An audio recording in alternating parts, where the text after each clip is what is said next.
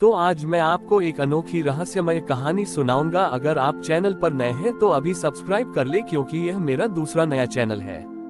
तथा कहानी पूरा देखे, अंत में एक अनोखा रहस्य छुपा है। धन्यवाद। तो सुनिए।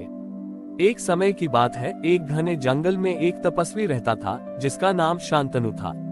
शांतनु ने वर्षों तक कठोर तपस्या की थी।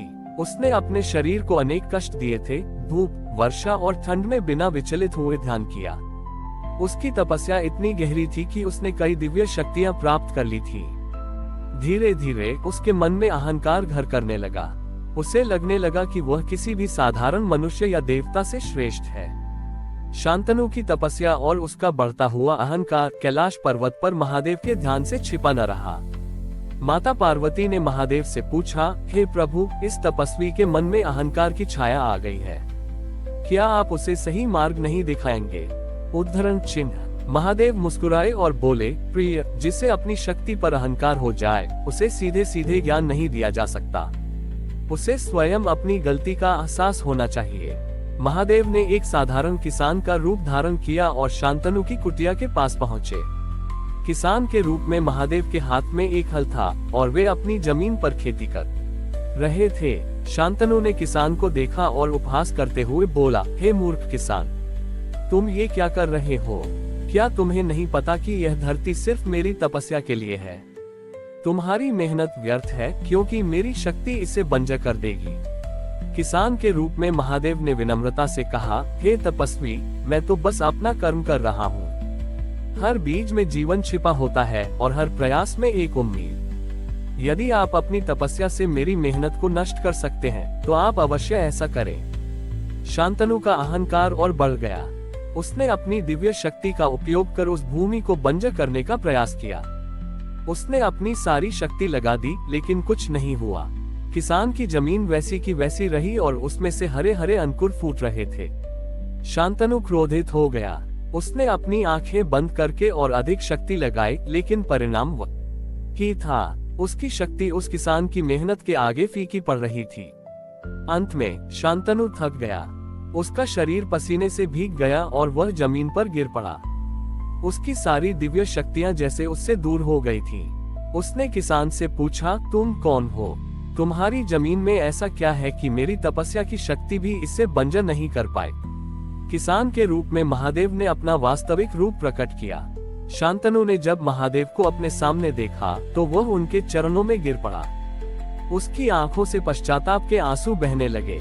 महादेव ने उसे उठाया और बोले, हे शांतनु, तुम्हारा अहंकार ही तुम्हारी सबसे बड़ी कमजोरी थी। जब तुम अपनी शक्ति से किसी को नुकसान पहुंचाने का प्रयास करते हो, तब वह शक्ति तुम्हें ही कमजोर कर देती है। जिस प्रकार एक किसान की मेहनत और प्रकृति के साथ उसका सामंजस्य उसके खेत को हरा भरा रखता है, उसी प्रकार एक अच्छा तपस्वी अपनी तपस्या का उपयोग अहंकार के लिए नहीं, बल्कि दूसरों के कल्याण के लिए करता है।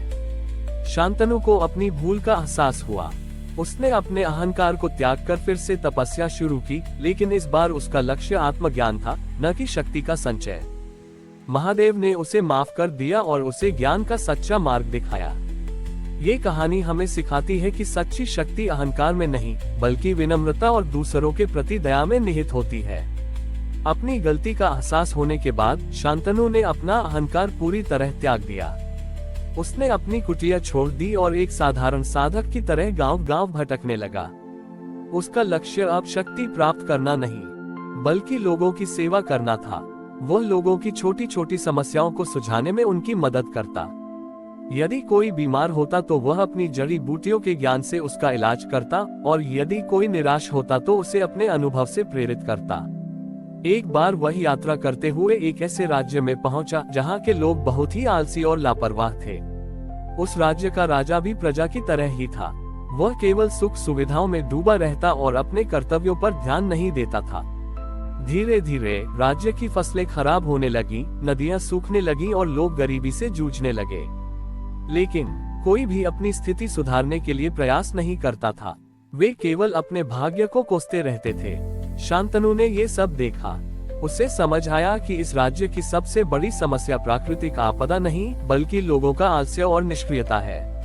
उसने लोगों को समझाने की बहुत कोशिश की, लेकिन वे उसकी बात सुनने को तैयार नहीं थे। वे मानते थे कि उनके भाग्य में यही लिखा है और इसे बदला नहीं जा सकता। शांतनु ने सोचा कि इन लोगों को जगाने के लिए कुछ ऐसा करना होगा जो उनकी मानसिकता को बदल दे। उसने फिर से महादेव का ध्यान किया। इस बार उसने कोई शक्ति नहीं मांगी, बल्कि केवल ज्ञान और सही मार्ग दिखाने की प्रार्थना की। शांतनु की प्रार्थना सुनकर महादेव ने इस बार एक गरीब भिखारी का रूप धारण किया और उस राज्य में पहुंचे। भिखारी के रूप में महादेव के हाथ में एक टूटा हुआ कटोरा था। वह राजमहल के सामने जाकर बैठ गए। राजा ने जब एक भिखारी को अपने महल के सामने देखा तो उसे गुस्सा आया। उसने सैनिकों को आदेश दिया कि उसे वहां से हट आ दें, लेकिन भिखारी ने हटने से इनकार कर दिया। उसने शांतनु को पुकारा और कहा, हे तपस्वी, क्या आप इन लोगों को नहीं बताएंगे कि यह राज्य क्यों बर्बाद हो रहा है? शांतनु ने राजा और लोगों से कहा, ये राज्य इसलिए बर्बाद हो रहा है क्योंकि आप सबने अपने कर्मों को छोड़ दिया है। आप दूसरों की मदद करने के बजाय केवल अपने भाग्य को दोष देते हैं। आप एक दूसरे से प्यार और सम्मान के साथ व्यवहार नहीं करते हैं। राजा ने अहंकार से कहा, तुम जानते नहीं मैं कौन हूँ। मेरी प्रजा और मैं अपना जीवन अपनी मर्जी से जीते हैं, इसमें तुम दखल मत दो।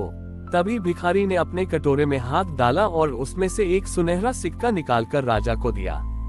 ये लो महाराज, अगर तुम अपनी प्रजा की सहायता नहीं करते हो तो मैं तुम्हारे राज्य को इस सोने के सिक्के से भर दूंगा। राजा ने लालच में आकर वह सिक्का ले लिया। वह सोचने लगा कि अब उसे कुछ भी करने की जरूरत नहीं पड़ेगी, लेकिन जैसे ही उसने उस सिक्के को छुआ, वह एक साधारण पत्थर में बदल गया। राजा और वहां खड़े सभी लोग हैरान रह गए। शांतनु ने कहा, महाराज, यही महादेव का दूसरा रूप है। उन्होंने हमें एक बार फिर सिखाया कि सोने के सिक्के का कोई मूल्य नहीं होता अगर उसे मेहनत से ना कमाया जाए। आपकी प्रजा का आलस ही आपके राज्य का सबसे बड़ा दुश्मन है। राजा को अपनी गलती का एहसास हुआ। उसने शांतनु से माफी मांगी और पूरे राज्य में सबको एकजुट होकर काम करने का संदेश दिया। धीरे धीरे लोगों ने अपनी मानसिकता बदली और कड़ी मेहनत करना शुरू कर दिया। उन्होंने मिलकर अपने खेतों को फिर से सींचा, अपने घरों को सजाया और एक दूसरे की मदद की। महादेव ने एक बार फिर यह सिद्ध कर दिया कि असली दौलत आलस्य में नहीं, बल्कि कर्म में है। उन्होंने हमेशा की तरह लोगों को सही राह दिखाए। राजा और उसकी प्रजा ने मिलकर अपने राज्य को फिर से खुशहाल बना लिया था। हर तरफ मेहनत, प्रेम और सहयोग का माहौल था। शांतनु ने अपना काम पूरा होते देख वहां से जाने का मन बना लिया। वह जानता था कि अब इन लोगों को उसकी जरूरत नहीं है। लेकिन तभी उस राज्य में एक भयंकर महामारी फैल गई। लोग एक के बाद एक बीमार पड़ने लगे। सारे वैद्य और हकीम हार मान चुके थे। लोगों के मन में फिर से निराशा और डर का साया छाने लगा। राजा भी चिंतित था, क्योंकि इस बार यह सिर्फ आलस्य का परिणाम नहीं था, बल्कि एक ऐसी बीमारी थी जिसका कोई इलाज नहीं मिल रहा था। शांतनु ने लोगों को फिर से सांत्वना दी और महादेव का ध्यान किया। इस बार महादेव ने एक बूढ़े वृक्ष वैद्य का रूप धारण किया। उनके हाथ में एक साधारण सी कुल्हाड़ी थी और वे जंगल से जड़ी बूटियां इकट्ठा कर रहे थे। वृक्ष वैद्य गांव में आए और उन्होंने लोगों की नाड़ी देखकर कहा, इस बीमारी का इलाज किसी साधारण जड़ी बूटी से नहीं हो सकता।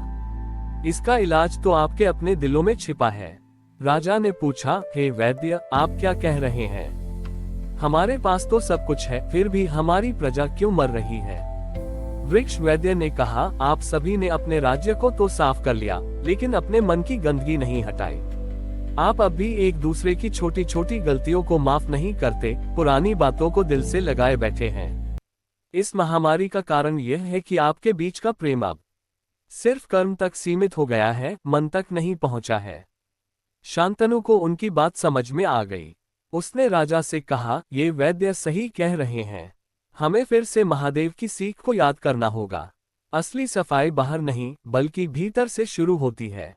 राजा ने पूरे राज्य में घोषणा की कि हर व्यक्ति आज से अपने पड़ोसी की एक गलती को माफ करेगा और अपने मन से सारी पुरानी कड़वाहट निकाल देगा। लोग संकोच में थे, लेकिन शांतनु और राजा की बात मानकर उन्होंने एक दूसरे को गले लगाया और वर्षों पुरानी दुश्मनी भुला दी। जैसे ही लोगों ने ऐसा किया, एक चमत्कार हुआ। हवा में एक अद्भुत सुगंध फैल गई और हर बीमार व्यक्ति धीरे धीरे ठीक होने लगा। उनकी आंखों में चमक और चेहरों पर मुस्कान लौट आए।